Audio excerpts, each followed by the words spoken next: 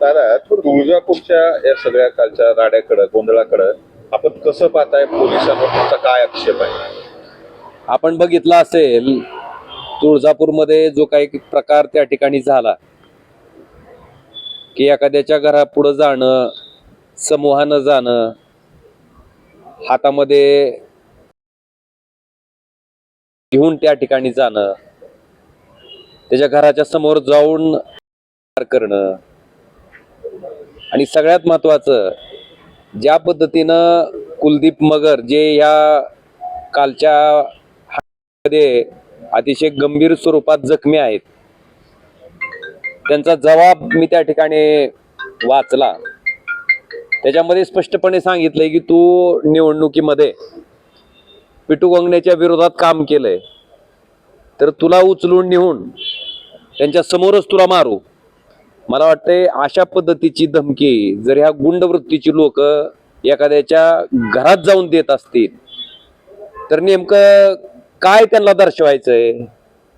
का ज्या पद्धतीनं बीड जिल्ह्यामध्ये त्या ठिकाणी मसाजोगचे सरपंच संतोष देशमुख यांची त्या ठिकाणी केली, त्याच पद्धतीनं इथं तुळजापूरमध्ये करायचं होतं का?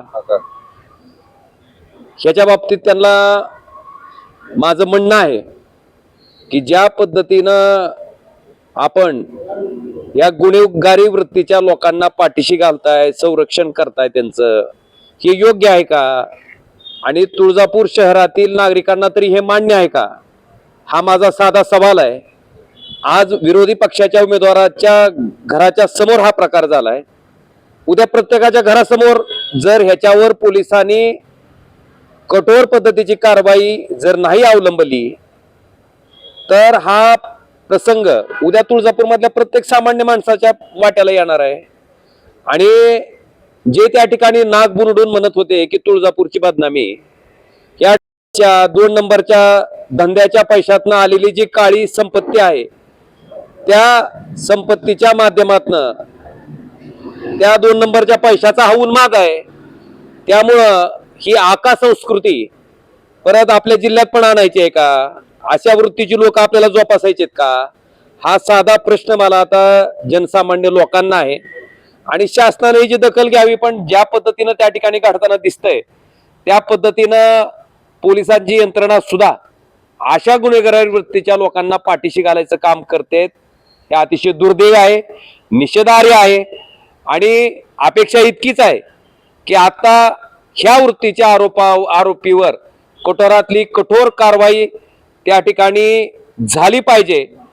आणि इतकंच नाही तर व्यवसायामध्ये जी लोक सम्मिलित होती त्याच लोकांकडे नेमके हे आले कुठून, हा झाला कशा माध्यमातनं, ही त्यांना कोणी दिली, हे कुठून आणलं गेलं, या सगळ्या प्रकरणाची चौकशी त्या ठिकाणी झाली पाहिजे.